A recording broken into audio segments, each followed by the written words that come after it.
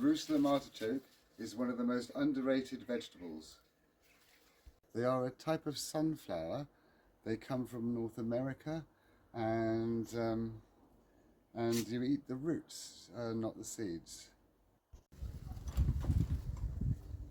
So all through the winter you can dig the roots. They're quite happy to stay under the ground. There's where this clump of stems comes here. Yeah. You can see this is all coming from the same tuber that I planted here. And when I dig that up, which I can't do yet, it'll be a ball of artichokes about this size. And they're really crunchy and nice to eat raw. But they also can be fried or grilled or baked or anything. They're a very versatile food and they go with loads of things and they've got quite a distinct flavour. However, some people find them a bit gassy, and for these people they call them fartichokes. Now, artichokes produce a lot of food per acreage. They are a very good survival plant. Quite often I've run out of things in the vegetable garden and I've had to survive on artichokes. And unlike root vegetables, mostly they do contain more protein than most root vegetables. And where each of these clumps is, where one tuber was, there'll just be a big ball of artichokes where each one is. They're incredibly high yielding, and they, unlike most high yielding plants, they do not need much nutrient. These have only had a little bit of manure dug in just before they were planted, nothing else. They've not even had a mulch. When I've lived in a highland area and I had a very acidic sandy soil, they grew really well, although that's the place where the only one year they actually managed to flower, and they only grew about so high. But I still had a ball of artichokes about that big. When I've lived in alkaline soil, acid soil, sandy soil like here, and clay soil like the other place, they did well everywhere, literally everywhere. You can see that where I've tied them up, the plants have got so big that it's overwhelming the stick, but some of them stand up, some of them fall over, they just do what they want to do. Another good thing about artichokes is that they are incredibly disease resistant. Very few insects or even slugs will pester them. You don't really need to do much to them at all. For centuries, the Jerusalem artichoke has been known as a battle surviving plant or a war surviving plant, because traditionally when armies have marched and invaded a country, they've fed themselves on eating everything they can find.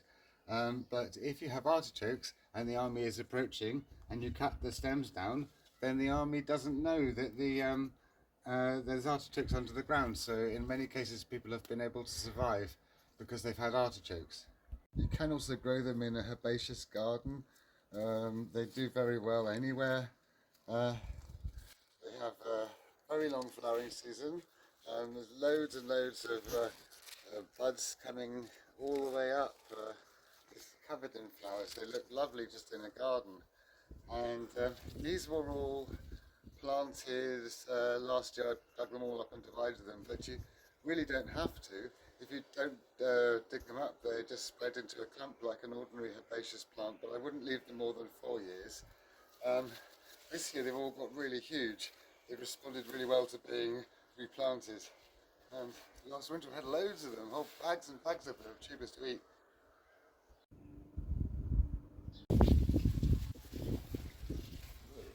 Jerusalem artichokes were one of the first plants to be introduced to the rest of the world from North America.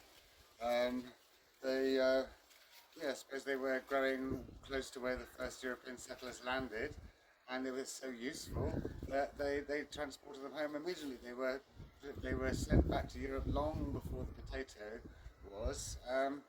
Although they're called Jerusalem artichokes, they are certainly not from Jerusalem. The reason that they're called artichoke is a bit strange.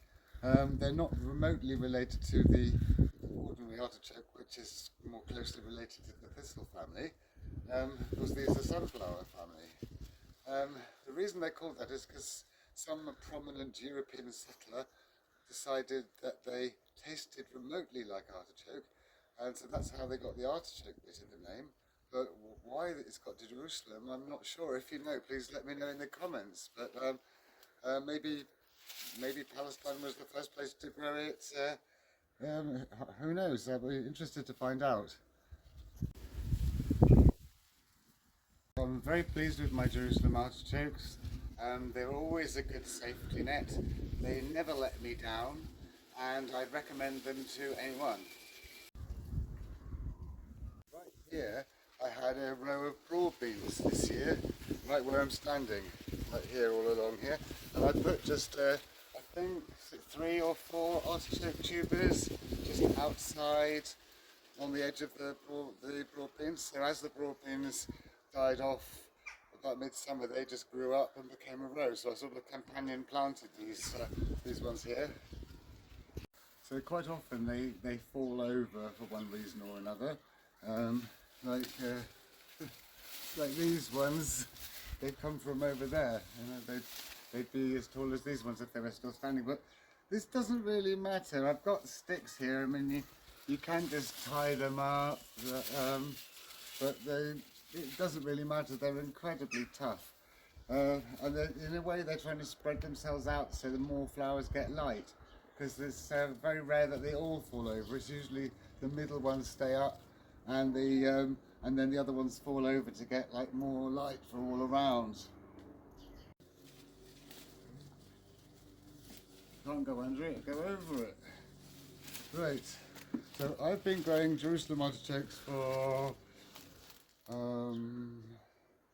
many decades, I'm not sure, maybe 30, 40 years, something like that. So I'd recommend them. They're extremely reliable, and more than any other vegetable, they've seen me through hard times with plenty of food.